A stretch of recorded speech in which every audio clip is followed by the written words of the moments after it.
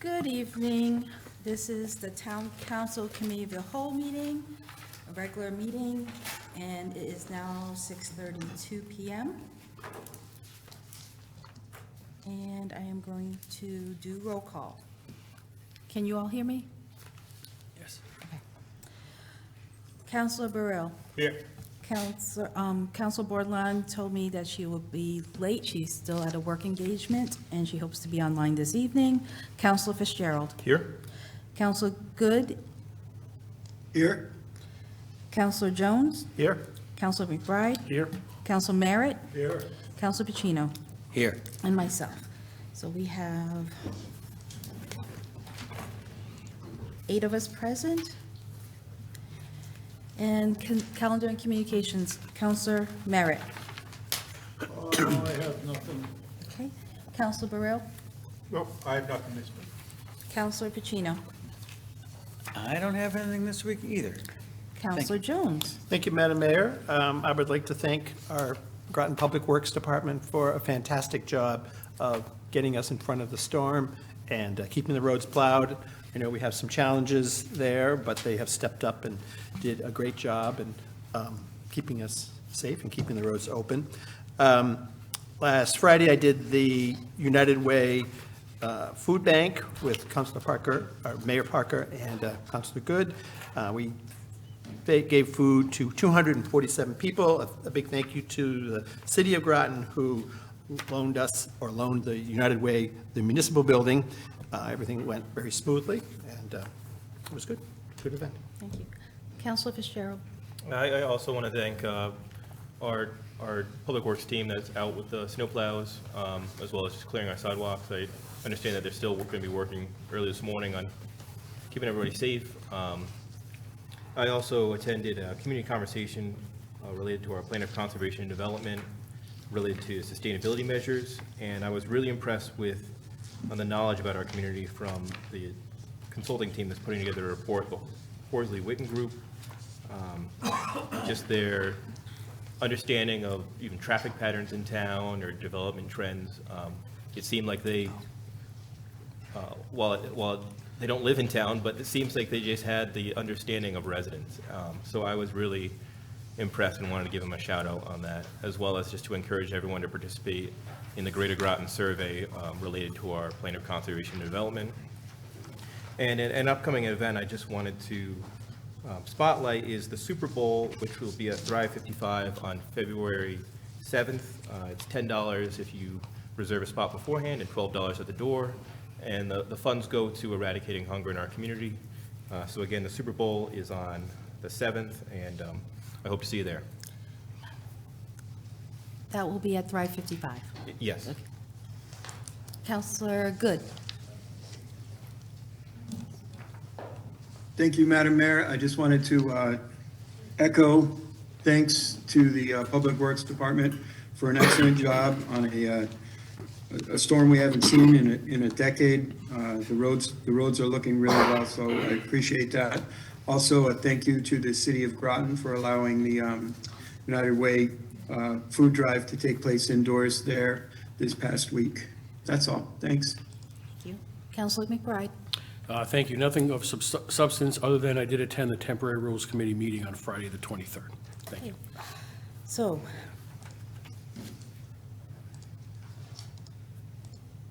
for me, on January 16th, I was able to attend a presentation of a check from Groton Utilities that was presented to the Town of Groton Parks and Recreation for the HVAC system at the Groton Community Center. So thank you to our Economic Development and Parks and Recreation Department for applying for this, and to Groton Utilities for their support.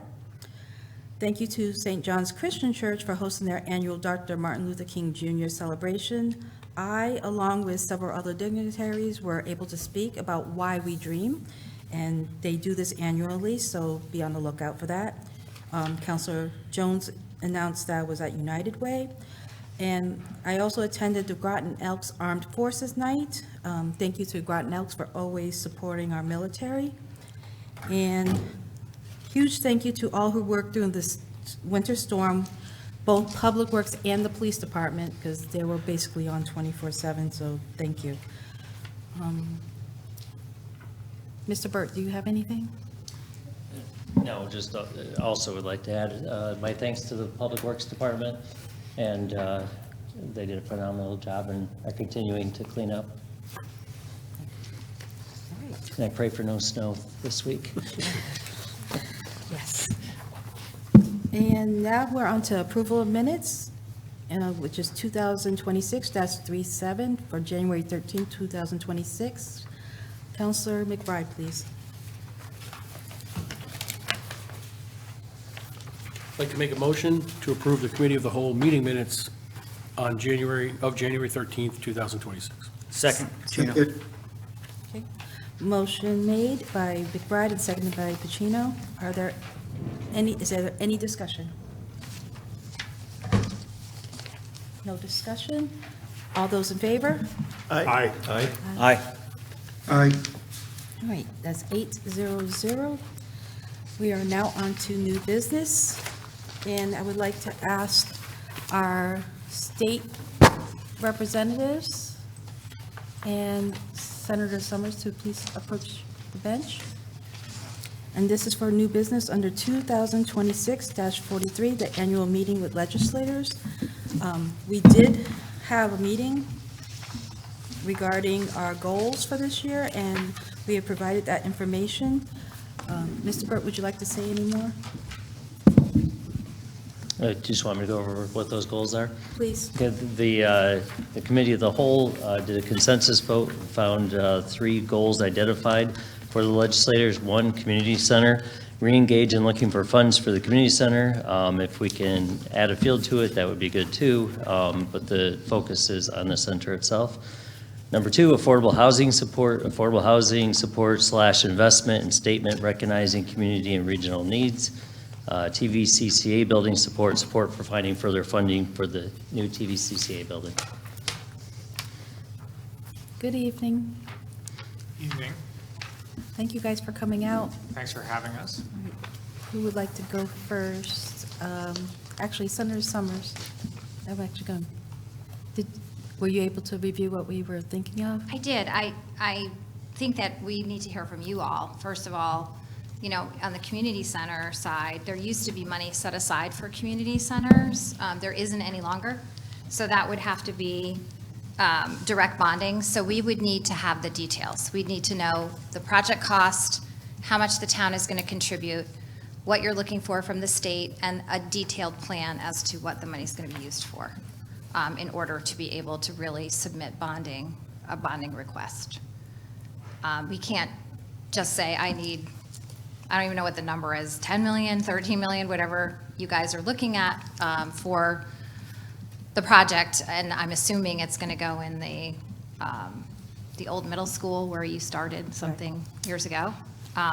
So I think we need more detail. I think all of us are happy to support the town and try to advocate and get whatever funding that we can. We do have a governor that despises bonding, just so everyone's clear. He does not like bonding.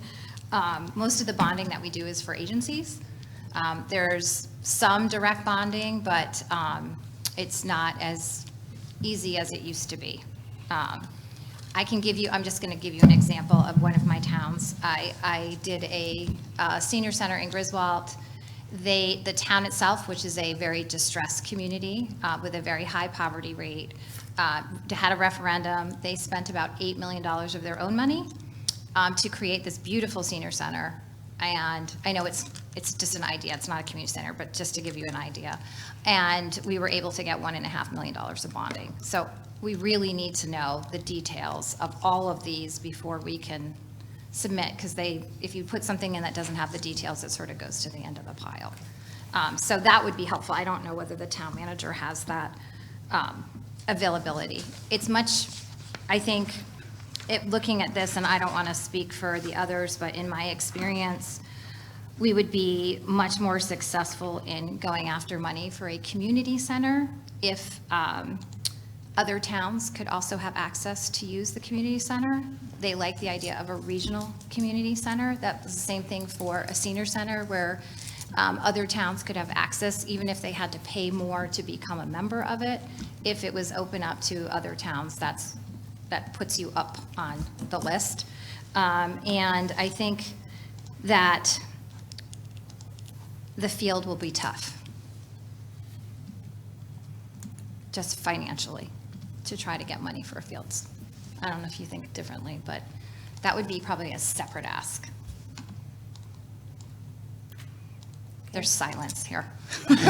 Like, I don't know if anybody wants to respond, but that's kind of what, we need more details. I'll kind of piggyback off my colleagues. I agree with her on the field. I think I've only found like 3 fields be approved since Governor Lamont took over, and he's really not fond of bonding.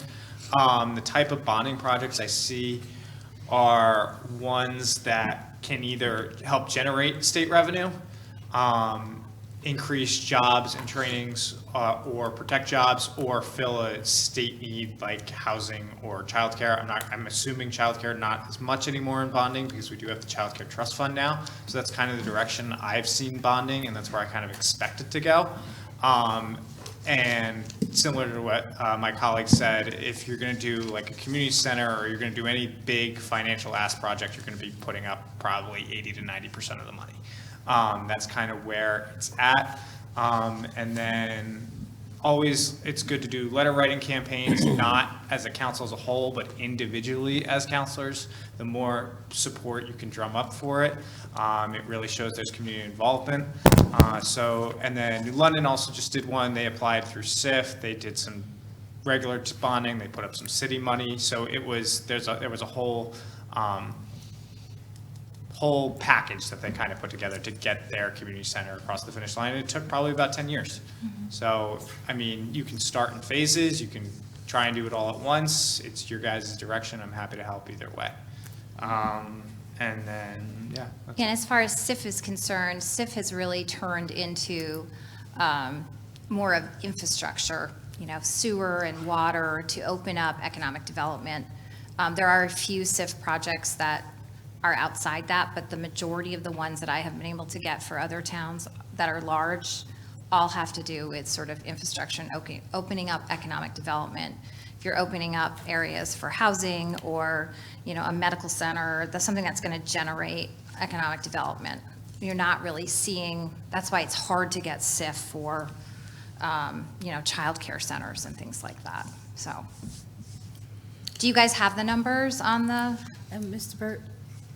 We do. It's about 2.5 years ago that we put that together, and there are some options the council will have to weigh in on. So we're probably not talking this bond request cycle, we're probably talking the next one.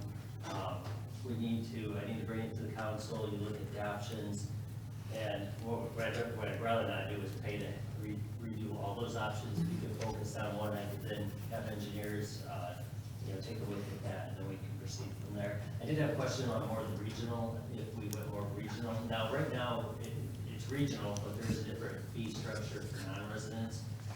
Would that be negatively impact that? It did not. That would be good. That would be good. Yeah, it did not negatively impact New London because I know for New London residents, it's cheaper than it is for a Groton resident. So that's kind of where it's at. So, my goal tonight is to make sure that, our work is directly supporting your priorities and the town's local priorities, not just financially, but also, legislatively and administratively, most importantly. I would note John is in constant communication with the delegation with respect to the sort of administrative mechanics of his office, and making sure that if there are letters of support that are required for certain grant applications, that he's reaching out to us with those asks, so we can follow up with letters of support for many of the to support many of the critical projects that you have in the pipeline. I would say we've done a lot of great work together, and I think there's a lot more additional opportunities for collaboration.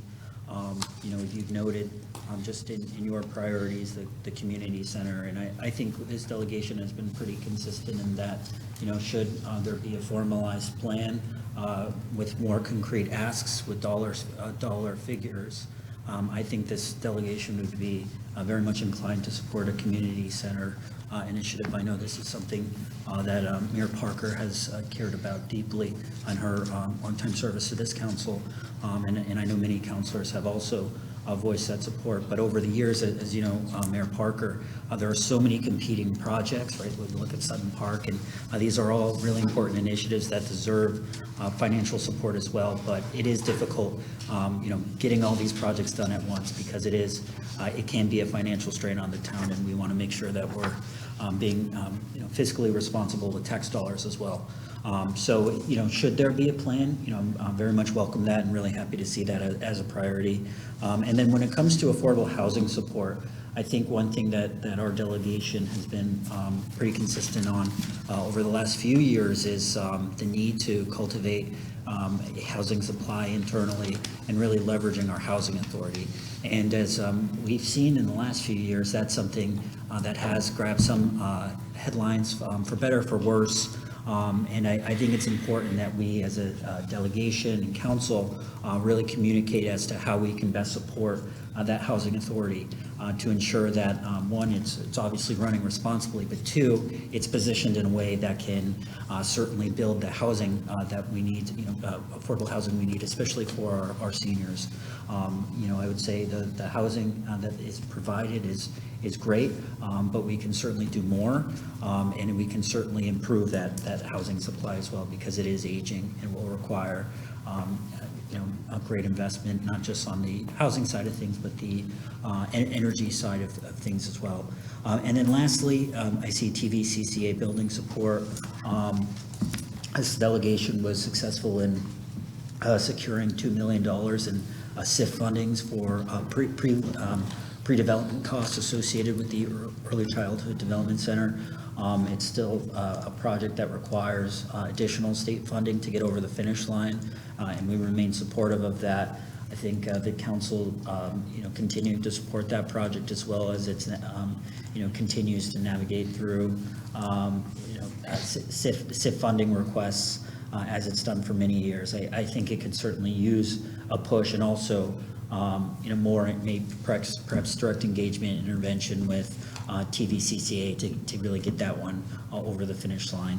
I know, again, Mayor Parker, many great years of service as as the town's liaison to TVCCA, and there's, I think, really great opportunities, not just in the early childhood space, but also some of the other sort of second wraparound services that TVCCA provides with respect to energy efficiency supports that I think we'll be seeing more engagement with the town and TVCCA on in the future. So I think those are all great, and really excited to hear from the council about what you care about, and looking forward to working with both Representative Gajewski and Senator Summers to support Groton. Councilor Jones? Thank you, Madam Parker. Mayor Parker. I guess my question is directed to Senator Summers, and I'm just going to come back on the goal number 3, the TVCCA building support. Of the items that are mentioned here, that is one that we are fair along. We have plans. It does support jobs, and whether for parents, it does support childcare. It's already had some state funding. And I think you probably have those plans, or certainly the town manager. No, that one we have all worked, I don't know Yeah. if Dan was here or not, but, that's something, they originally wanted $13 million, and I think we got 2. The other thing is, that was through SIF funding, and there's, the pool was small at that time for the SIF funding. I think there'll be another round of SIF funding. They could reapply. TVCCA can apply on their own. They don't need to go through the town of Groton because they're a nonprofit. That helps you because you're not asking for it. That gets you priority for a different SIF. You don't want to ask for them because that takes away your leverage of, you haven't gotten a SIF, so you would go to the top of the priority list for SIF. We try to make sure that towns that have never had a SIF before have access to SIF. So I'm sure that they will apply. They apply every year. They ask us to send letters. We actually support it as a delegation. It's not just the 3 of us. Pretty much everybody in Eastern Connecticut signs on to that. But then it becomes a battle of usually the cities versus Eastern Connecticut. And we will continue to advocate for that. I think that that's something that we really need here. I've always been supportive of TVCCA. They do an amazing job, and I want to see that built. So that's something that we can do sort of separate from the town of Groton, and then having you all individually send in letters in addition to as a council.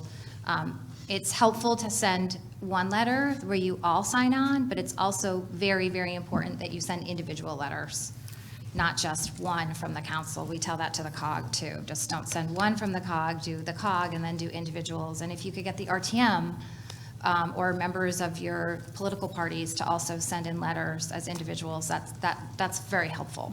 The more people, the better, just because it shows that there's interest In the community, Yeah. that the community supports the project. Is there anything missing in the documentation that we've given? I mean, that project is fairly far along, it's shovel-ready. Is there anything missing that would help you outside of the letters? That would we have, could give it'd you? have to come from TVCCA. I mean, I know, actually, we as a delegation submitted a bond bill last year, and then we submitted through we submitted through our individual caucus Yeah. of bond. I'm not gonna speak We all for- do that. Yeah. We all have to submit our own bond forms through our caucuses and go from there, and it just, things stall, and there's limited pool of money, and, the bond commission is supposed to meet once a month, and they meet, and they Twice a year. Yeah, they meet like twice a year if we're lucky. Like, they just met in December, and, that was the second time they met all year, so that's kind of So where. it comes through TVCCA, not necessarily Yeah. through the town, is the Yeah. better way to do it. Go- But we can support. Any we can nonprofit support it. can apply for a SIF grant.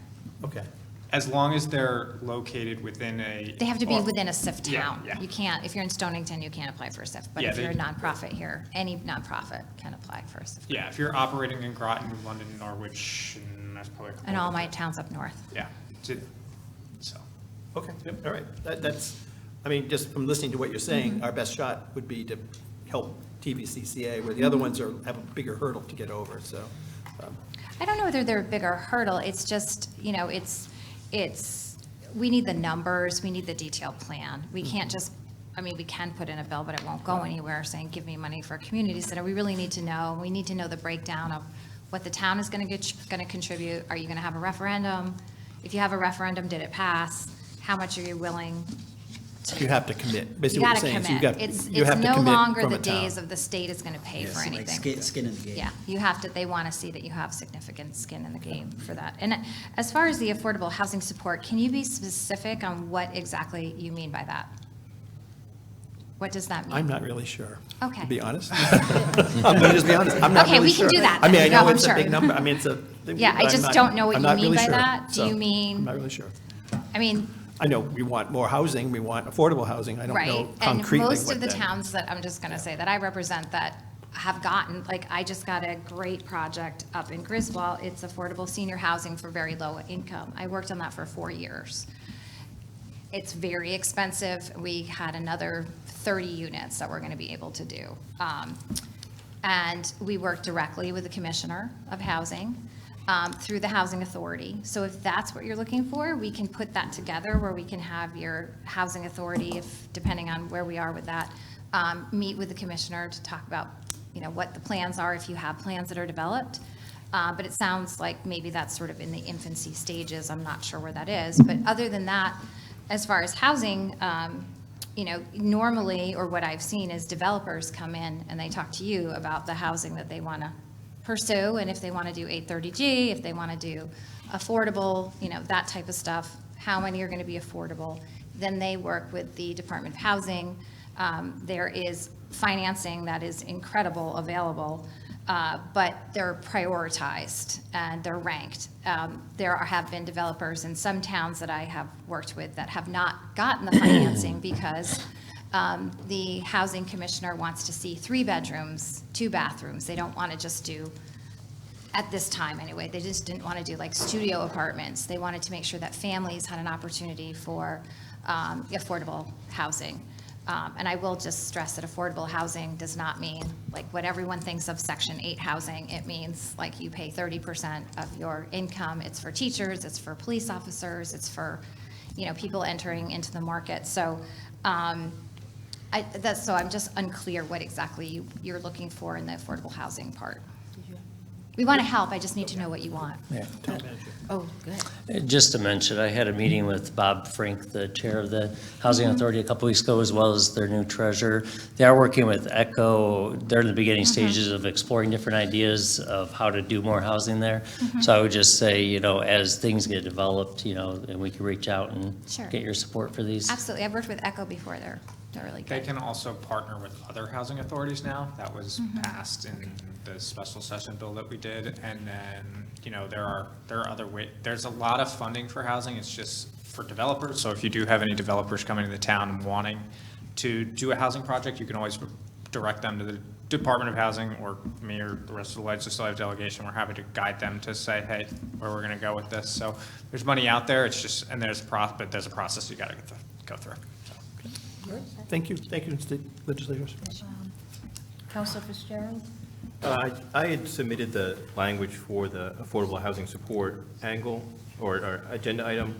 There's really two approaches, I think, within it. One is for something like Community Investment Fund, unlocking new housing development, and that could just be investing in infrastructure or I suppose, by that I mean sewer infrastructure as well as transportation infrastructure that can sometimes rely on the state funding. So making that connection, but also on our end, communicating the regional need. And some of that's documented in the planning department's new housing study. And so that really influenced my priority of our community's need. So if you had a developer, I had one of the largest SIF grants. And what I had was I put together a package that had the infrastructure to open up a housing development that was also going to have commercial. It was going to have YMCA. So if you have that kind of package, that's ideal for SIF to put in. But they're not going to, I shouldn't say they're not going to. I think it would be very unlikely to be able to give you sewer and water without somebody committed to building something there. They're not going to just, you know, do infrastructure in the hopes that somebody wants to commercialize an area. So if the council or your planning department has that sort of together, we can put that together as a SIF application, and that's ideal for what they want. And those are the larger ones that you normally can get. And also SIF does do planning grants as well. So I know I've gotten 3, I think, for New London, planning grants to, it's like, okay, we're going to do this development, but we need funding to do the planning, and this is what we're going to do. So I got like $200,000 for a complex for housing. I got 200 something. We're just in that Yeah. ballpark. They do a lot of that. Just to kind of Help get you it, with help planning. get it off the ground, and then you come back when you have all the plans in place and say, okay, here we go, and it goes to the next steps.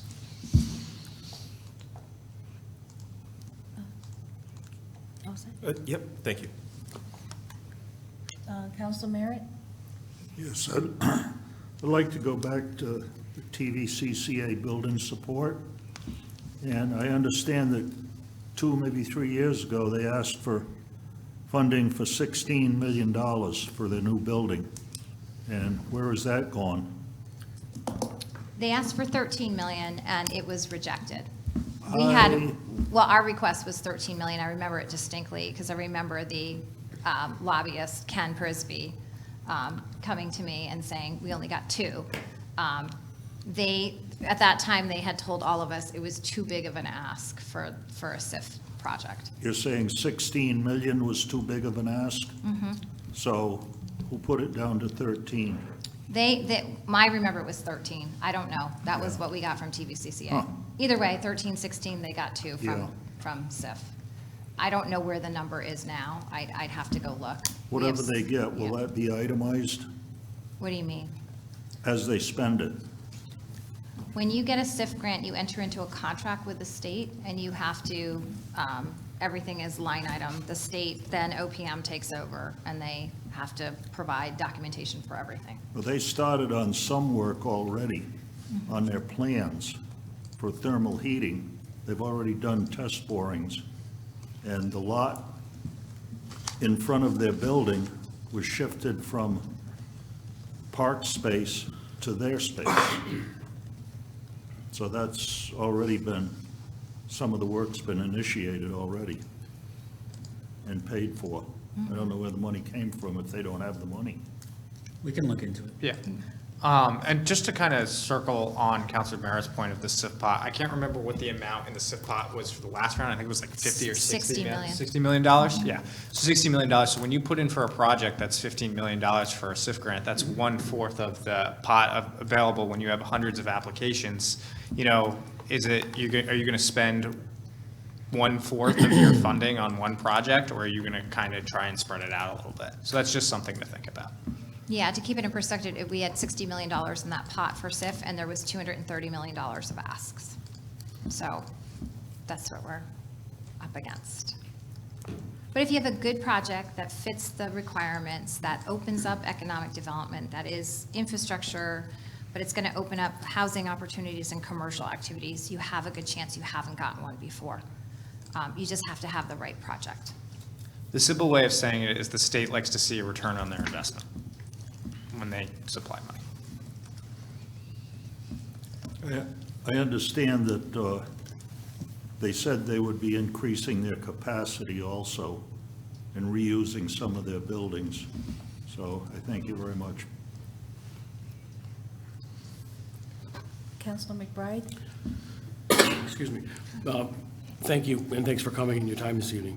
I'm just wondering, based upon your discussion of kind of a wraparound project, would a SIF grant, a planning grant, work for something like the Best Eaton Four Corners to do the sewer and water, if they worked with planning to get some type of housing development there? Because I think that's a TIF district as well. Yeah. Would that be all? That'd be perfect. So that's what you're thinking, something to put it all together Right. and that type of thing. And I've gotten a lot, like, Dan has, small grants, 250, 300 to plan to do X, Y, and Z. So there are those smaller planning grants available. There may be other grants that we could find too, that you don't have to use up your SIF on that. So we could tell us what you want and we'll go try to find it. So you don't have to, I don't want them to say, well, they got a SIF grant. It's only for 200,000, you might be able to find that money someplace else. And then you could use your big ask for whatever the big project is that you want to do. But it sounds like you want a project to have many aspects. It's got to be almost kind like of pulled together. ready. Yeah. Okay. It's No, I got, see. and also, they score the projects. So each project gets a grade, and, shovel readiness is part of that grade. And part of, is this project going to not shovels in the ground 2 years, or can we get shovels in the ground tomorrow? So that impacts kind of the grade of where it's going to go. Okay, no, I'm going to look into that further and probably make a referral, so thank you. All set, Councilor McBride? All set for now. I have questions, but I think it's unrelated to the three. Councilor Bordelon? Hi, thank you. I apologize for my lateness to this meeting as I had a work commitment. I just want to thank you all three for coming tonight. I always look forward to opportunities when our state elected officials are able to be present and be proactive in our districts and community in our town. And so again, thank you for all the hard work that you guys all do. I don't want to repeat questions because I'm not sure what was asked already, so I will rewatch that section. But again, what I hear time and time again is affordable housing, and I know it is hard to get developers here that want to build that type of infrastructure. What type of incentives from the state? I know we had a town council meeting, and unfortunately, we had to go round robin and only pick the top whatever. And I asked, I said, wouldn't it make sense to know what the state can get first before we make a list of our wishes without knowing what can be done? So if I maybe have missed that point, I heard the shovel ready and I heard, it has to be big. Again, I'm all for that. I just want to make sure that it has an affordability component as well as making sure it fits our environmental goals of Groton, as well as making sure that we are looking at the big picture and protecting our infrastructure as far as our water shed and environmental concerns that we have. So I guess just, kind of ask, what types of things, based on the list that was presented, if we're at that point, can we do? What things can you, it's one thing to have a wish list, but there's only certain things the state can do. So that's my thought. But again, I thank you guys for coming, all three of you. And, I look forward to seeing you more often and appreciate, your guys' feedback But what I'm hearing overwhelmingly is the affordability component in our town. People are having to leave because they cannot afford the rising cost of rent to be able to sustain themselves. And so how do we attract that affordability component? Thank you. I'll take a stab. In the special session for the housing bill, we put money towards housing authority, money towards developers, money towards direct rental assistance programs, money towards pilot programs to help the homeless. So there's a lot of wide-ranging things that we've added in the recent months, and there is money available. You just have to kind of apply for it and reach out for it. You can do a lot. I think one of the concerns I have and one of the hurdles is finding the land to build this and acquiring that land. So that's something that could be a hurdle to potential developers. But also all projects have to go through your local planning and zoning and comply with all state and local regulations. So protecting the watershed, protecting the environment will go there. And then, when it comes to, if you want to see more housing, that you could possibly have to offer incentives. So that could be tax rebates, that could be compromising on things that cost extra money, whether that's solar. So you have to kind of decide what projects you want, what things you want, and kind of how you welcome it in. It's really just kind of what makes sense for a private or even public developer financially to build that housing.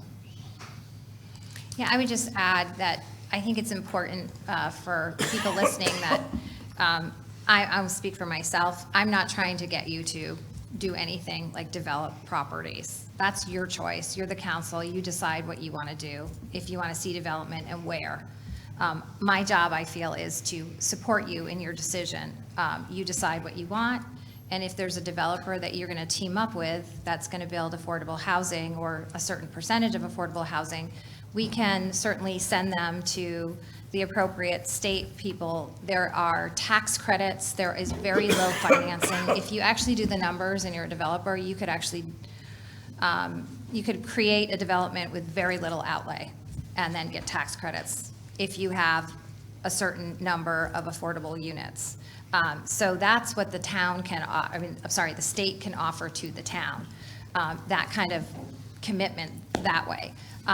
The housing bill did take some of the planning and zoning control away as far as like parking and things like that. That's sort of thrown out the door. So depending on, if the developer is using 830G or not, that can change the tone of the development. But that is really a town decision. That is not as a state decision. So I'm not sure if that answered your question, Councilor Borderlawn, but there is financing. It's not really for the town, it's for the developers to develop that type of affordable housing. Thank you And Councilor for that. Bordelon? And Councilor Bordelon?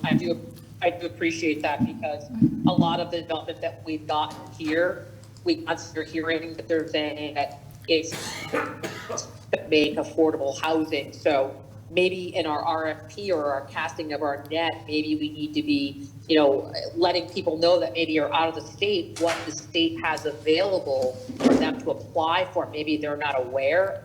I guess I'm not sure, but I appreciate that and appreciate your comments.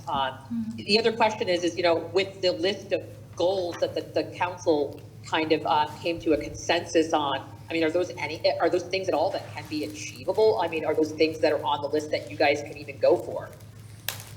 Are you talking about the top three? Yes, correct. Well, I think we talked about previously with the community center, again, we support whatever the town wants. That's our job to try to, go help secure financing or funding or whatever we can for the different projects that you want to pursue. We talked about the community center. We would really need to have a more detailed plan on the cost and how much the town is going to contribute, what the time frame looks like, et cetera, before we could really seriously ask for a bonding support. We talked a little bit about whether to add a field or not to add a field. If you opened it up regionally, it scores higher. That type of information. And then we did also talk about the TVCCA building, how they have an ability to apply for SIF on their own as a nonprofit, which helps you because the town would then not have to use that up as their SIF ask, and you haven't received a SIF grant, so that would help you score higher if you were to apply for a SIF grant. So I'm not sure if that answers your question, but, Councilor Bordelon. No, you did. Thank you so much. okay, thanks. Councilor Bordelon, just with respect to your question on affordable housing, and it somewhat connects to a couple of points Councilor McBride and Councilor Jones Smith-Sherrill brought up earlier regarding the grant process.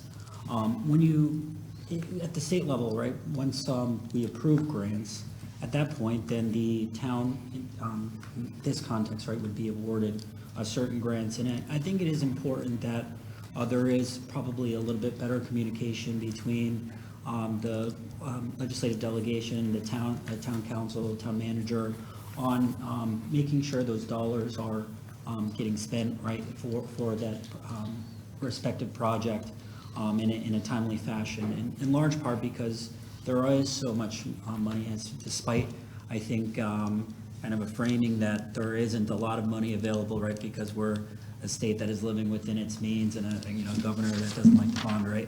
And I think it is important to note that we still are making a lot of financial commitments to, no shortage of important areas, early childhood, for example, creating the $300 million early childhood trust fund that we've already seeded. This year we'll be seeding another $300 million, and those dollars have already been deployed in Groton, right? They announced last week, the Board of Education announcing that they were awarded two $600,000 grants to begin an early childhood center in Mary Morrison.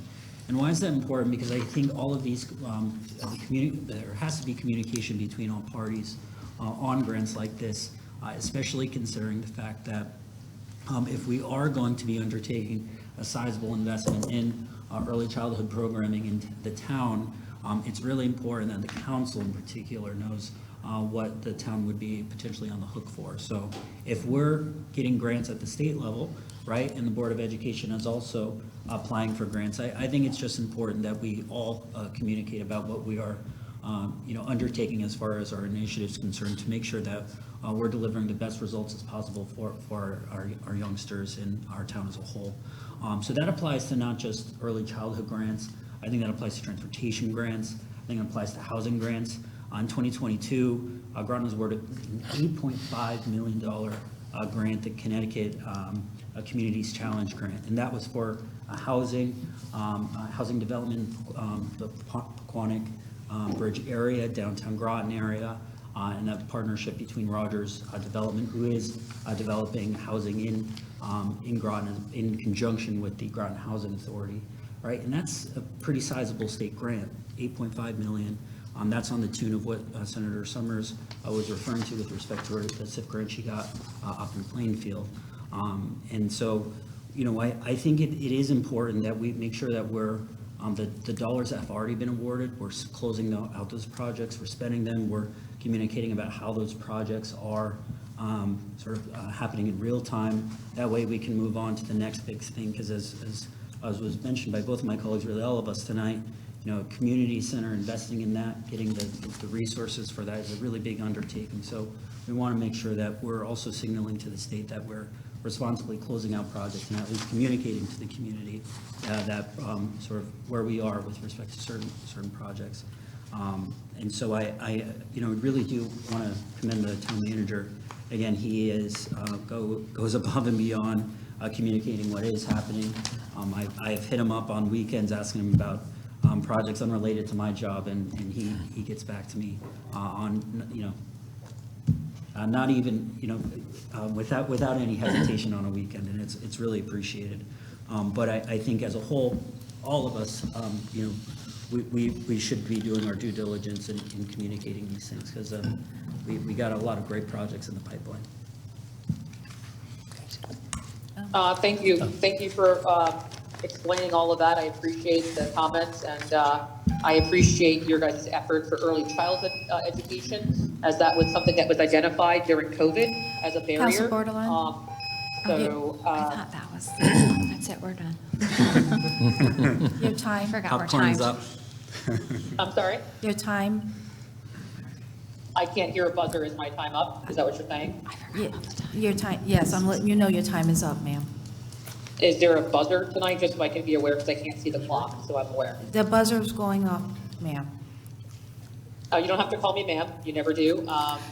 And there's no buzzer that I can hear on my end, so if you could give me a 1-minute warning in the future, it'd be greatly appreciated. Thank you. Any other? Are these, just a question, are these overriding comments, or is this just the three? Just the 3 this evening, unless, I'll open it up to one round of something else. Okay, great. One round. Counselor McBride. Okay. I'd like to get your thoughts on a regional stormwater authority. And I know you've heard that. But I really want to, I really think, and it's not just, Dan, you work in an area where they have a regional stormwater. And why couldn't they help develop a regional stormwater? And I sent to Town Manager Burt OPM's Regional Performance Incentive Program, which provides dollars for regional projects. So I'd like to get your thoughts on implementing regional stormwater to get fees from the people who aren't paying fees right now, such as, get money from the hospitals, the sub-base, the airport, Avery Point, to help fund and pay for the coastal resiliency plans that we need money for. So I'd appreciate any comments you have on that. I think a regional way is the way to go. I think if there was an ability to merge with New London, I think that would be an interesting concept. So. Or merge with any, work with Yeah, anyone. you I'm can just work with saying, anyone. It you doesn't have mentioned to be. regional in the past. I'm just using New London because I know they have one. Same here. So that's kind of where it's at, but I think the regional plan is, because if you do it regionally, you're keeping administrative costs down and you're allowing it to generate revenue for everyone. The question is do your regional neighbors want to join you in that adventure? So that's kind of where it's at. If majority of the council wants to, some of what my colleagues have said, if majority of the council wants to advocate for that plan, I'm willing to entertain the idea of it, just because, New London has one and it's a great revenue source for them. So it's something to think about. Do you or any of the other delegation have any knowledge of the Regional Performing Incentive Program and what benefits that could provide us if we were to pursue this? Or if you don't now, could you get? I don't get know, back but we to can us? find out. Could you just send it to us? Yeah, it's from yeah, I'll send it to you. Okay. Because that may help. I don't know how many councilors were in favor of this or not, but it's on the agenda, so. Wait a minute, it was on our agenda, so remember, we didn't vote on that. I'm So not sure it's how we happy didn't the have a hospitals, consensus. Avery Point, and those people are going to be about getting an assessment. I don't know True. if they're nonprofit and they're not paying, the hospitals are exempt from tax. I don't know how that falls in, if they are still required to pay that. I don't know that. I don't, state property, because Yukon Avery Point I don't know if they're exempt from this also. That would be something that I'd have to look into. Nursing homes as well. Yeah, no, I know they're not happy, but my thought is other residents probably aren't going to be happy if we have to tax them to pay. They're not going to be 100%. happy if you have to tax them on anything, Right. just because So it's a way people to are offset done. the Yeah. cost to the residents. But anyway, so Yeah. if you just get your thoughts on it. I have a couple of other items. And just quickly, Counselor, I would note that, the Stormwater Authority, our response. No, is Mike, down the again. clock was running. I want my minute sorry. 36, so I'm good. I just wanted to You stop. reclaimed your time? You good? I'm watching it. All right. It's, I think, important to note that the Stormwater Authority program, was really designed at the state level. First, it started off as a pilot program that was, granted by, through a legislative act. And then it started expanding into more communities. More communities opted in. Not a mandate, but just an option for municipalities to adopt. New London was the first to take it on. And, I think it was designed in a way to create revenue sources to pay for really the MS4 compliance, which to a degree, is an unfunded mandate on a lot of municipalities. In a community like Groton, right, which is a coastal community, you have a very large stormwater, expense, right? And that expense is not, it's covered and really socialized over the entire tax base currently. It's not like you ignore those costs, you still have to pay for them. And so this is a way to kind of ensure that all the users or contributors to that stormwater also pay to maintain that system. And so from kind of an economic standpoint, it makes sense. And I would agree that if say Groton were to pursue it, I think it would be advantageous to do so in a sort of a regional basis. But again, I think these things require a lot of discussion, and certainly discussion amongst the council, as you'd be the folks responsible moving it forward, and respect your autonomy to do that work. But nonetheless, it's something that the state, it does support through the Regional Performance Incentives Program. And before we start, Councilor McBride, just a reminder that some of those, we did discuss some of the things you brought up, and they were not voted to move forward as part of the consensus. So anything we bring up will have to be brought up after so many voted. So Yeah, I'm not bringing these up as part of a council discussion on items. These 4 items I have are discussion on legislative matters, and the title is Annual Meeting with Legislators, so I'm bringing up points that I'd like to get your feedback on from current legislation that's going to be discussed. The first one, just want to get your thoughts on, is there any chance of possibly sales tax coming back to the municipality where it's taxed? I have a bill in that does something similar to that. I'm not sure it's going to go anywhere, but I do have a bill, and I have 2 different bills. One would return a certain percentage of the sales tax back to the town in which the item was purchased. The second one has to do with the meals tax, which is the 1% tax that you have on your meals when you go out, and it generates about $130 million.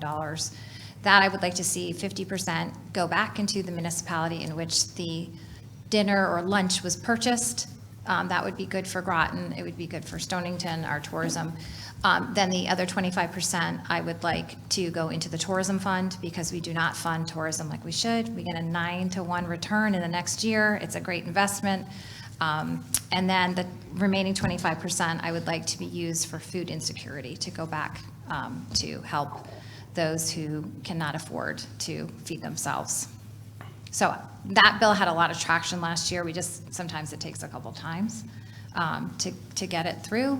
So those are some of the ideas that we are trying. To go back on municipal sales tax, I remember when I was meeting with our policy person when I first got sworn in the House Democratic office, and I brought up this idea, and he's like, you can put it in, you can advocate for it, but I've been here, he's been there for like 10 years, he's like, I've never seen it gain a lot of traction. And I did support Senator Summers' meals tax bill out of the Commerce Committee, which we serve on together. So that really gained a lot of steam last year. So that could gain some steam this year again. But that would kind of go into tourism which would, again, bring in new revenue dollars. So kind of where it's at.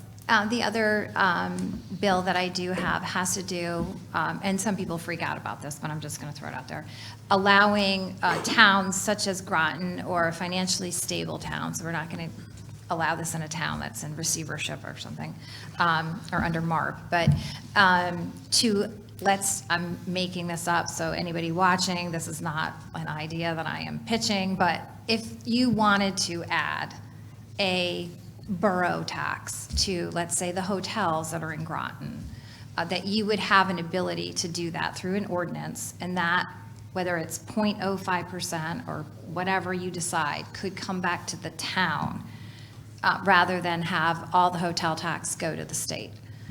It's a way for you to generate some income, and the majority of the people that are going to be feeling this are visiting your town if it's on top of the hotel tax. So you would have an ability to choose to do that if you wanted to. Those are just some ideas. just another method for you to be able to leverage some dollars. No, that's And great even to if hear. it's small, it could add up very quickly. Okay. This is one of my favorite subjects. Over the last few years, collaborated very closely with Senator Summers. I would note on this topic, I would note that it has a very interesting following in Hartford as far as people sort of care about this niche issue of like sales tax in relation to municipalities. But Senator Summers articulated, our local delegation on the Groton and Stonington side have been pretty consistent about supporting changes. I would note with the sales tax, one thing that we did do in the last couple of years, it's crazy this wasn't already on the books. Previously, the state did not collect the data associated with the taxation from the immediate, like direct taxation or tax revenue it gets on a sort of municipal level with respect to restaurants, for example. So you wouldn't be able to source, the state wasn't able to source where tax revenue was coming from, even on a municipal level. And so through what's called like municipal disaggregation, now the DRS has the capability of actually knowing how much revenue is sourced based off of the municipality when it comes to sales tax and other sales taxes. However, other taxes, however, that's not applied to lodging taxes, and that's something that really needs to change this year if we want to get serious about, as Senator Summers articulated, allow for municipalities essentially to directly or to receive some form of revenue associated with lodging taxes on hotels or short-term rentals.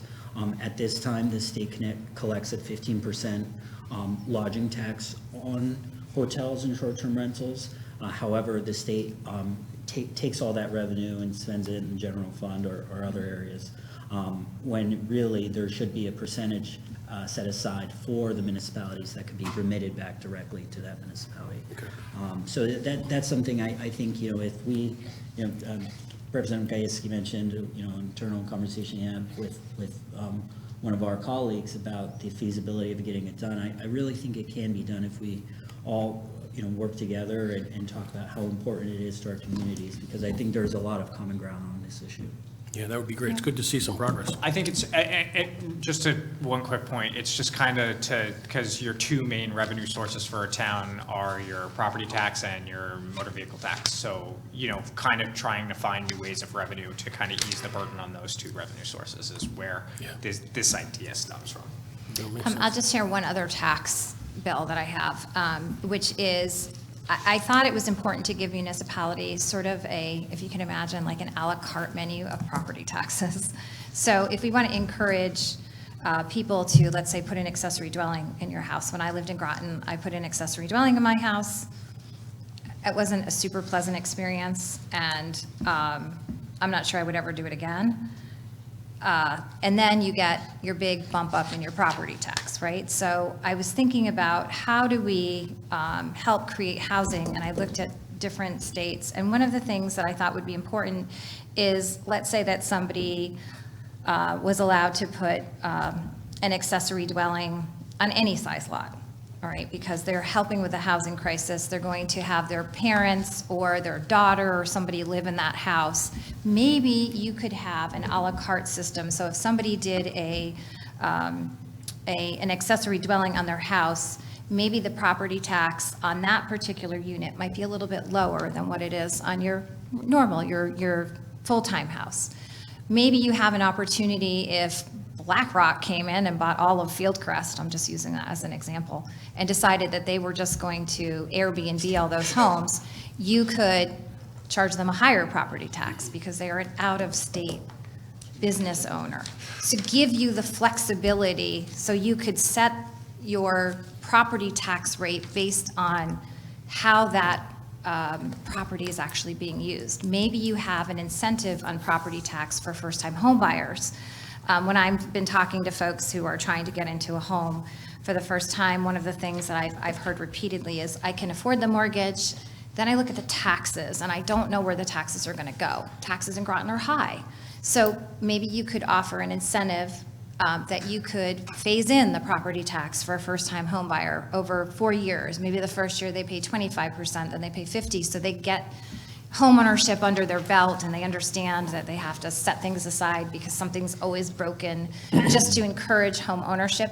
So this bill that I hope gets some traction, it's not required, but it enables you to make that choice if that's something you want to do. And I think if it was used appropriately, you could really incentivize people to do things for housing. So I just wanted to throw that out there. I'm not sure where it'll go, but I'm trying to be creative within the confines of what we can do and what we can do. So we'll see where that goes, but.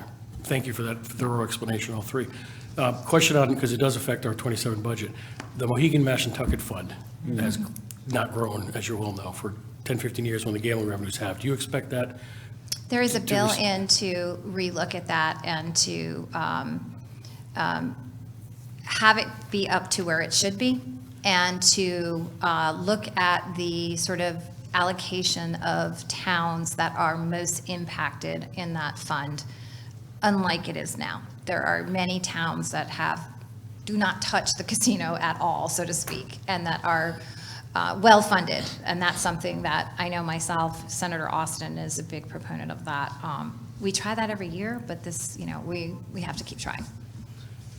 And we've received the same level of funding from Yeah. the Mohegan Pequot Fund for years. Yeah. So, I mean, if we're talking about inflationary increases, we've seen nothing. Yeah. And when so many other communities in our state, as was mentioned, not even remotely near southeastern Connecticut, benefit greatly from that fund. Communities that don't deal with the immediate quality of, I shouldn't say quality of life, right? But Or the the impacts, right? yeah. Which are real, as much as, we certainly celebrate the casinos, right? And certainly cherish our tribal communities, right? Which I would be remiss if I didn't mention. There is an impact, right, to public safety and certain costs in relating to infrastructure and roads, the wear and tear on roads that ultimately schools, everything. in schools, Yeah. impacts on schools, that our communities bear the brunt of, and we ought to receive our fair share of state funding to pay for those services that really are regional services. And case in point, communities that Representative Summers mentioned, represents communities like Preston, right, before the two casinos, right, communities that on a good day maybe would have 100 people driving through them with casinos, that would multiply that by the thousands. And so we experience just a different level of intensity because of the casinos, and really should be, I think, funded equitably as a result of that. I can't add anything additional, so I'll just say I supported it last year, I'll support it again this year. Is there a small chance of it increasing? You never know. I think there is. Yeah. Yeah. Okay, that would be great. Just a quick question. Pilot funds, do you ever see any change in that percentage being increased? Reimbursement? I put that bill in every year too. Does it have any, because it sounds like the Mohegan Mashantucket has a little chance, but is there any possibility? Pilot's interesting. Because it changes year to year too, because, well, not year to year, but it changes after your property reevaluations. So you could have a major swing one way, you could have a major swing the other way, you just have no idea. So, I mean, I think increased funding for pilot is a reasonable ask, but I think if I had to choose between which one had more movement, I would say the Mashantucket Mohegan Pequot Fund had more movement than the pilot funding. Okay, it'd be nice just to get a COLA adjustment Yeah. on those, something, so. Okay, well, thank you for your time. Appreciate it. Any other? Counselor Fitzgerald, please. This is an item I realize there's some legislative movement on, but a few years ago, the legislature funded a study of potentially extending Shoreline East, or the option of, the scenario of potentially extending a line up to Norwich. I think it's an opportunity for Groton to improve our public transportation, and with that, I recognize it's not currently listed on these goals, but is there any progress on that initiative, and is there anything that the town council can do to advance or show our support? You can support my bill, which is a bill that I've put in now for 2 years. The Shoreline East is tough because it's the most subsidized line that we have in the state of Connecticut. Believe it or not, we still subsidize Fairfield County. That doesn't, with all those millions of people going back and forth to New York, we still have to subsidize it. And then the governor has continued to cut funding for Shoreline East, so it's probably about at 40% of what it used to be. And then we have the conversation, it's like the chicken and the egg. Well, nobody rides it. I'm like, you can't ride it if it doesn't run consistently. So it's like death by starvation. You know, if we keep cutting it, no one can ride it because you don't have the kind of stops and the frequency that you need for it to be successful. So we're kind of in that conundrum. So one of the things to sort of get out of that cycle is, and I think we have some legs, we have asked them to increase the Shoreline East runs from Memorial Day to Labor Day, increasing the trains on Fridays, coming to our area and increasing them going out of the area on Sunday, but we need a year to market it.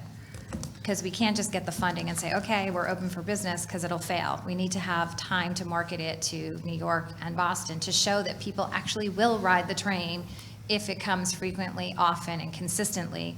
If we could show that as a pilot program during those periods of time at high peak in the summer, not only are we getting cars off the road and helping congestion and the parking issues that we have within our towns and, you know, the region, but you literally, if you stopped in Mystic, you could walk everywhere if you really wanted to just show people will ride the train. There's this image that people are not riding the train, but they're not riding it because you can't get from point A to point B, and if you get to point B, you can't get back if something happens.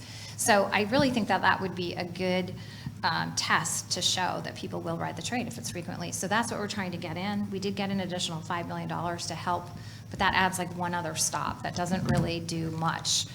It's very, very expensive, so we just have to keep advocating for it. But I think if we could get that bill passed, and we could, you know, we'd have like a year to be able to market it, and we show and can say, look, this is the uptick that we had, then we could go back and say, this is why we need the funding. So we would love to have Shoreline East all the way to Rhode Island to be able to get on the train and go to TF Green and all those things that everybody else wants. I think it's, you know, the way to go. It's just we have to prove that we have the population to ride the train. My dream would be have a Groton train station in the city right by EB, so you could attract more workers from further down the state. And some issues we've also seen is, you know, ridership could have been down because of the hours. It's not really convenient of the hours or filling the need that individuals need to ride the train. So that's something that is just an addition on, but I supported that last year too. So. And in the case of Mystic, it would also require a high-level platform. I mean, there's a lot, big back and forth as to what that requires. If it actually, a high-level platform can be built at the current station. DOT claims that's not the case. I don't know if that's necessarily true, as there's been a lot of opining on it from engineers and people involved in the effort, so there's been a little bit of a back and forth on it. I would note in the last 5 years, really a conversation that really generated or began on the Connecticut side of things has really become a rallying cry for folks in Rhode Island. Westerly, yeah. And they're really starting to make notable progress, including their, the Shoreline East extension and their 5-year, sort of the equivalent of their 5-year transportation plan, making improvements to Westerly. And we have done nothing remotely near that here in Connecticut, other than, legislatively funding a study to improve Shoreline East, a study that is quickly collecting cobwebs, and a study that I think elicited a tremendous amount of public feedback, across the entire shoreline, from New London all the way to the Rhode Island border. And we had all the way up to Even Old Norwich, Saybrook. to Old Saybrook and Norwich, where dozens of people came out to public hearings voicing support to extend and invest in Shoreline East. I think just given the growth of the employers that we've seen here, most notably Electric Boat, and the supply chain, of course, that supports EB, there are, I think, ample opportunities to really build out, some rail infrastructure along the coastline. Because the train's not going anywhere. The train line will continue to be utilized for decades to come. And so we should really leverage that asset. Thank you. Councilor Merritt? Yes, well, we're on this subject of trains for Groton, shall we say. Where is it going to go, and how much will it generate to Groton's grand list, the property? It's just a theory at this point. We have no idea where it's going to go, if it will ever come, if the town's going to need to do it's just a theory. That's all I'm going to say. It's just a theory if we do a Groton train station. Well, there was a projected site at one time, but it was going to disrupt 3 or 4 businesses that are there now contributing to the grand list. And they once said we couldn't put a man on the moon. Well, I'd like to see those businesses contributing as opposed to, say, Amtrak. Do they give anything to the grand list in Groton? Amtrak, no. No. But they're expanding their facilities down on Industrial Drive. They have. And all their equipment can't be touched because it's registered in Delaware. So what's in it for us? I think in the case of extending, so, Dan mentioned, say, train station in Groton, right? So you would have now a train service for the community, right? And the ability for folks to live and work immediately around that train station to get to and from their workplace or where they live, right? As much as Groton is a home to roughly 40,000 people, there are still thousands of people that come to our community currently by car, oftentimes long distance. So say if somebody lives in New Haven, I just had a conversation with the government affairs lead for Electric Boat, and they shared that over 150 individuals within New Haven have just committed, from just a hiring event alone, committed to working at Electric Boat, right? And that's 150 people that could hypothetically take a train from New Haven into Groton, taking away cars from our roadways, and that currently would be contributing to more gridlock and more delays, right? And what we're going to see as well in our area over the coming years is more and more construction. And obviously, train lines are long-term projects. If we're talking about a train station, that's a multi-year, at least 5-year project. And we're about to kick off the Gold Star project, for example, and many other bridge projects in the area. I know, I hear the groans too. I feel those same groans. It's going to be a challenge, but we'll get through it together. But nonetheless, it's going to be a lot. And so we do need to provide alternative forms of transportation. And I think quick fixes, not, right, and I think in the case of Shoreline East, they can be quick fixes as the idea Senator Summers articulated about that summer, offering maybe summer service as a pilot. Well, I hear all this information, and I appreciate it, but you've got a train coming from New London to Mystic, but it's going to stop in Groton, and vice versa, Mystic to New London, stop in Groton. Is the train even going to get up to its maximum speed or operable speed to make it sensible? All I can say about a train station in Groton, I think, like Dan was saying, that might be like something like way down the road. In order to get a train station, you have to get congressional approval, number one, and then you have to get state approval. It's like a long process. I don't think he was saying that's No, like it's a imminent. It theory. was just sort of a wish list. Yeah. Ideally, It's wouldn't a- it yep. be great, Yeah. So I think that is not something that's like I would pending. just always refer back to the grand list for Groton also. What's coming into it for us?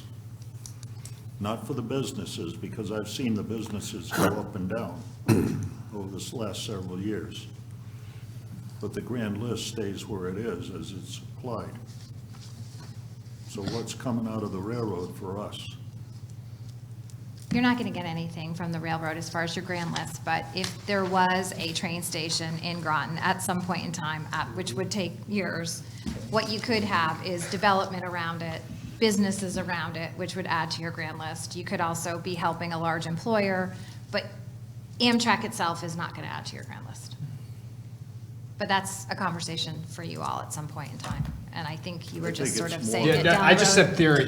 God, you started the Groton train station problem. No, I'm just kidding. I think it's a bigger conversation than we can cover tonight, but I Yes. thank you very much. Council Bordelon. Thank you. I guess if I had to piggyback on the train station, as I know the Groton thing is kind of going to be far, far, far away as far as a train station for Groton.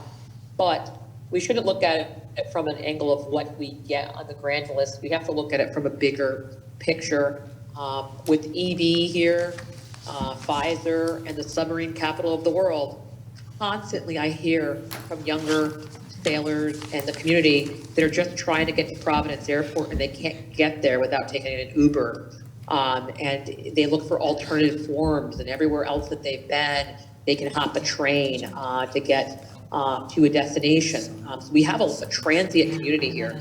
So even if the Shoreline East increased its stops, even if Groton is not on that stop yet, I think it's still moving that process along. So, I just wanted to piggyback in the thoughts of, we are a very unique town, and a lot of places that have a submarine base have more transportation and accessibility to move about to the airports. We constantly are having people land in Providence and Hartford, busloads of sailors that are trying to get into Groton, and the only way to get here sometimes is not the easiest. And when they want to travel home, they can't get out of here. The schedule is irregular. It's hard to get through for New London. It doesn't always stop at Mystic. And we have to remember that at one point in time, one of the things that was so wonderful, many people I spoke to, there used to be, if we can't do the train, then let's talk about the bus. It is unfortunate that you can't even get to Westerly from Mystic or from Groton into Mystic. And that's something I wanted to ask about. There's tons of people, downtown Mystic businesses that are looking for employment, and there's people all over, but they can't get in there to work. There's no parking. There's no public transportation that drops them into downtown Mystic. Has there been any thought on trying to increase that to get us into Westerly, into Mystic? So, to talk about seat funding, seat is widely underfunded in this region. I believe Plainfield, Senator, just got their. No, Plainfield is a town that's disconnected between Oh, the that's northern right, and the that's southern. right. They have their own thing. Yeah, so seat is woefully underfunded. It can take an hour and 20 minutes just to get from one stop in New London to one stop in Groton, depending on the routes. So it's really not necessarily convenient for riders. I'm a supporter of microtransit, which is kind of like a little bit of Uber, but I think you're going to have some fixed stops in that microtransit. So just kind of figuring out where that's at. So. Yeah. One moment, please. And thank you for that. Council if you- Bordelon, I just want to let Yep. you know you're at 54 seconds. Thank you. One of the things I'm concerned with people in our community that are disabled, and we talk about the lower income folks that are struggling. I spoke to a person in our community that was just trying to get to downtown Mystic to see their neurologist. And it took them 3 hours out of their day just to transient from their place to get down there. So we have a problem with our seat bus connection, and that could be an area of focus in the meantime to try to improve that, let it be micro or whatever. It should be there. I, in the summer, would love to be able to hop a bus from Groton to go to Mystic, go to dinner, maybe go listen to some live music and take a bus back and not have to drive and deal with congestion in the summertime because of parking. So that is an opportunity I think that we're missing. Thank you. Okay, Councilor Bordelon, I would note for the town, sort of the eastern side of the town, in the last few years since the pandemic, through the Smart Ride program, microtransit service, Councilor Gajewski referred to. That has been a real great tool for our community to, to deploy transportation options to folks who otherwise would not have transportation. I would know, the eastern side of Groton historically has not had any fixed route bus service. So, for example, if you lived in Mystic, you wouldn't be able to get to and from a grocery store or wherever.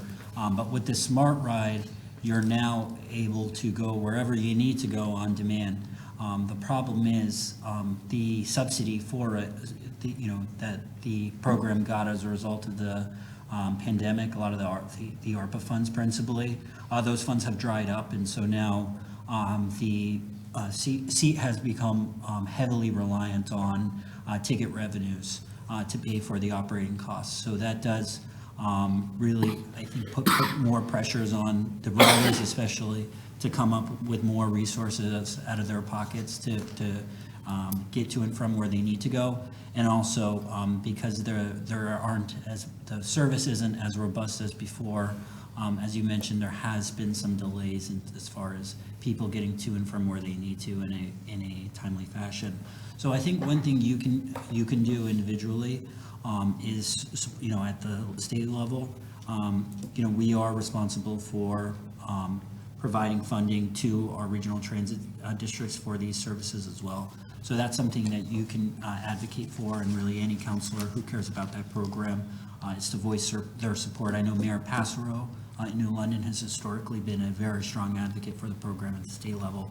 But we in Groton, and certainly folks in Stonington also, we can do our fair share to advocate, because it's really critical to our residents who don't have bus service. It is incredibly popular in New London, as a New London. Thank you.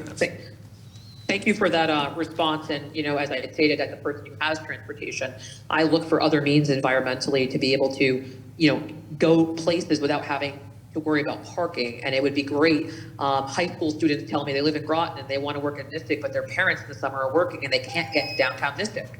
They have no ride. Council Board, And it's Martin, like, your time. so, thank you. Thank you. So, having that expanded would help the employers be able to have employees. Thank you. All right.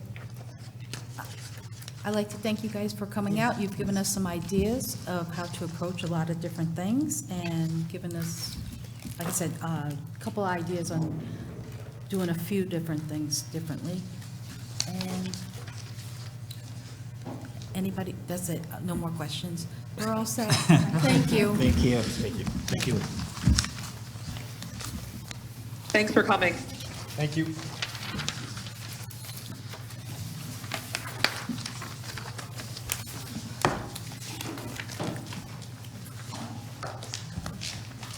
We're going to take a short recess for 5 minutes at 7:54.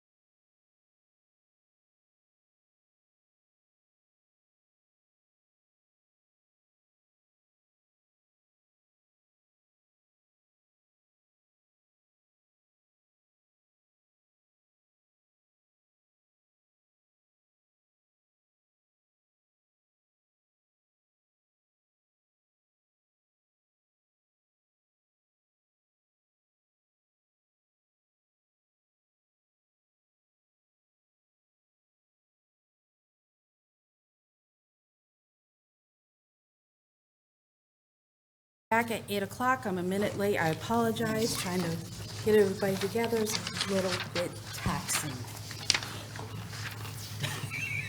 Yes, I'll say it that way. I know All 5 right. minutes doesn't mean 5 minutes. Counselor Good, could you please take item number 2026-59, the part-time seasonal pay plan fiscal year 2027,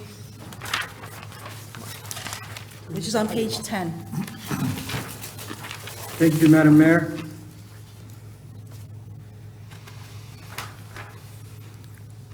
Oh, can't hear you.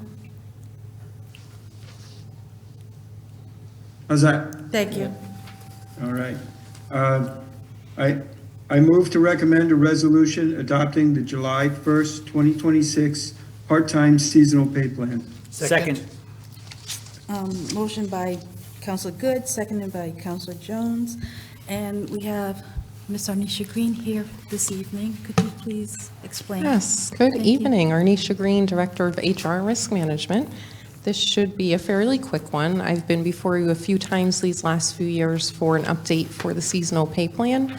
That includes folks who are purely just seasonal, let's say for summer camp, for example, or folks that might work at the community center under 20 hours year-round. They're combined on both of these, on one table. As we discussed in the last couple of years, the governor switched the recommendation model, I'll say, to a federal indice that I listed there for you if you were interested in that. And we get that around, I want to say the fall time typically of every year, and we bring this before you prior to the next budget, which would be 7/1/26. This is discussed with the departments it affects. There's only 3 departments that have folks on here, so that it meets their needs and as a balance from a budget perspective, as well as wanting to maintain salaries that, or hourly ranges that will bring folks in so that we can staff those areas that just have part-time needs.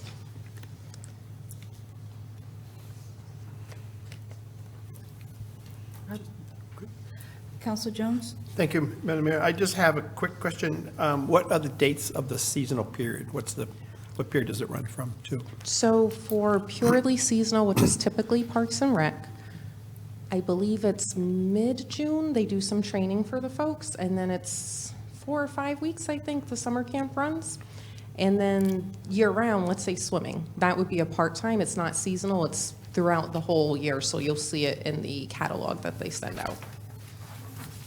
Okay, so some of this runs year-round, like maybe a library page or something like that, and some of it runs just in the summertime? Correct, it's a compilation of both, yes. Okay. And are these employees eligible for other benefits along with pay, or?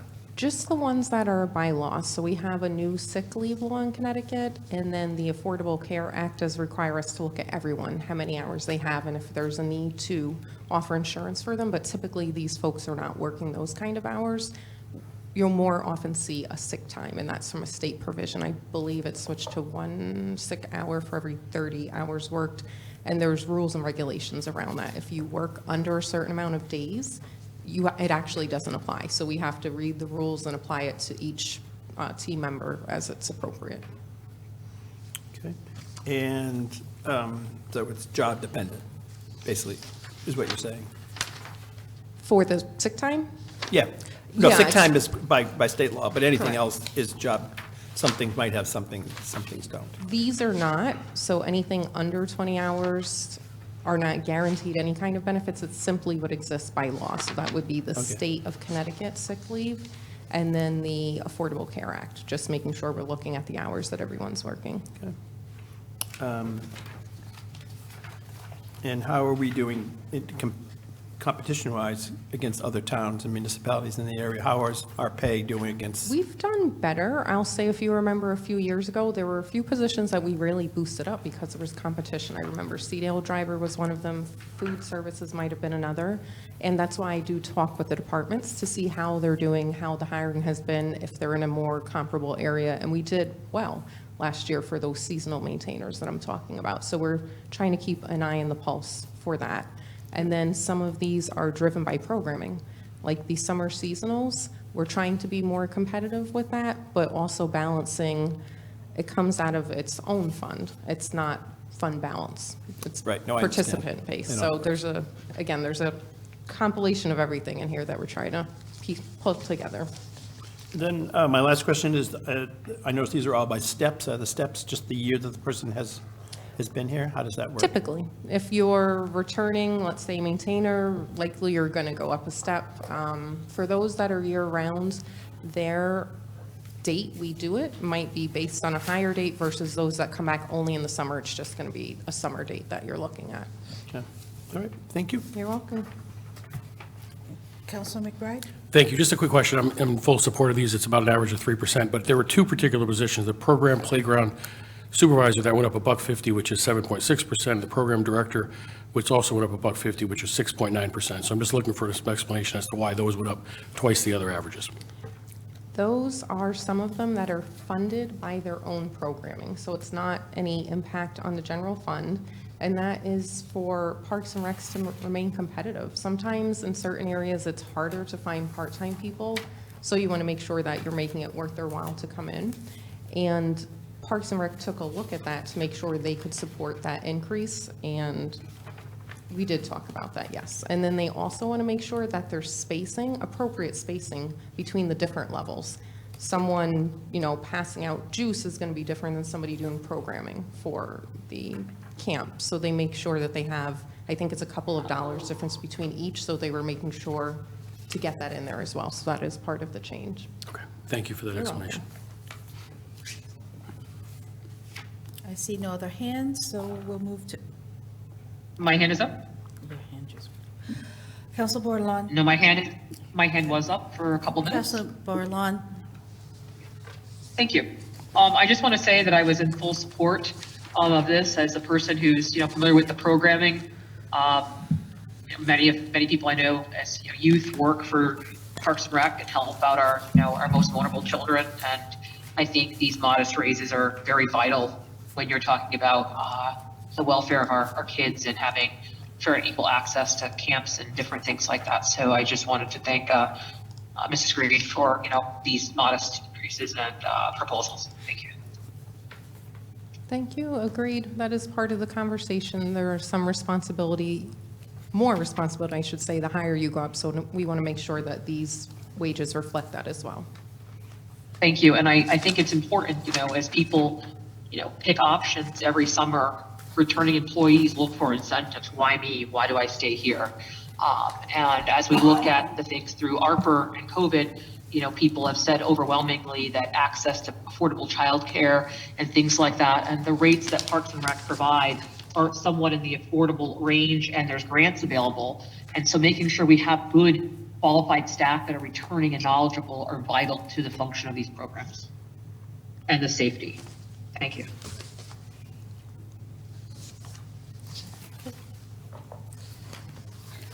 Motion's on the floor. All in favor? Aye. Aye. Aye. Any Aye. opposed? That passes 900. Thank Take a you. motion to adjourn. Second. No, who made the first motion? Motion to adjourn? No. I need him, who made the first one? You made the first motion? I second. I can't make, well, I guess I I'll can. take the motion. Thank you. All right, we're adjourned for the Committee of the Whole at 8:09. Oh, wait, all in favor?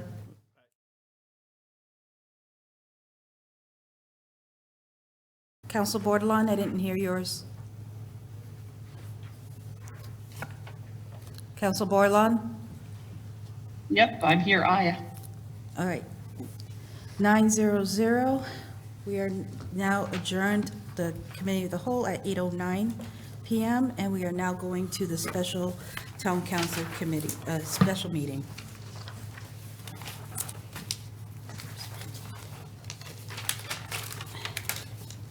Okay. I'm going to call this meeting to order at 8:09. And all councilors are present. And the first agenda item, who's next? Councilor Fitzgerald, please. Item 2025-1146 Noang Agricultural Cooperative Lease Extension Resolution. I'm not seeing them. It's on the back. Oh, they're, should be read as a resolution. Resolved that. You can read the resolves. You have two of them there.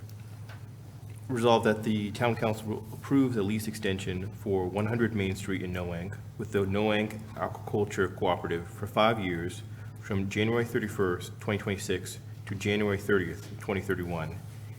And be it further resolved that the lease will be modified by replacing section 5.3 with the following language. Leasee shall indemnify and save harmless the leaser of and from any and all damage to person or property, suits, claims, demands, and actions of any kind by reason of any floodwater or water infiltration to all or any portion of the premises and the contents therein. Second. Motion made by Fitzgerald and seconded by Good. We had this discussion at the last meeting, so don't see any hands. I'm going to make, so we can, you have a question? Counselor Merritt. Has this resolution been discussed with the leasee? Yes. And the leasee's answer? Yes, they're fully in support. And at our last count, we had several of the members in the audience. Counselor Bordelon. Thank you. I just want to say that I think this is a great opportunity. I'm very familiar with this property and how it came to be back in the day, and its use. And I think it's great that they are operating in the way that they do. And I think the modest changes are acceptable, and it seemed as the folks that were in attendance were in agreement. So I'm in full support. Thank you. Okay. We are now voting. All in favor? Aye. Aye. Aye. Aye. That's 9. Any opposed? No, 0 opposed and 0 abstentions. I'll take a motion to adjourn. Motion to adjourn? Second. Motion by Jones, seconded by Merritt. All in favor? Aye. Aye. We are now adjourned at 8:13 PM. Thank you.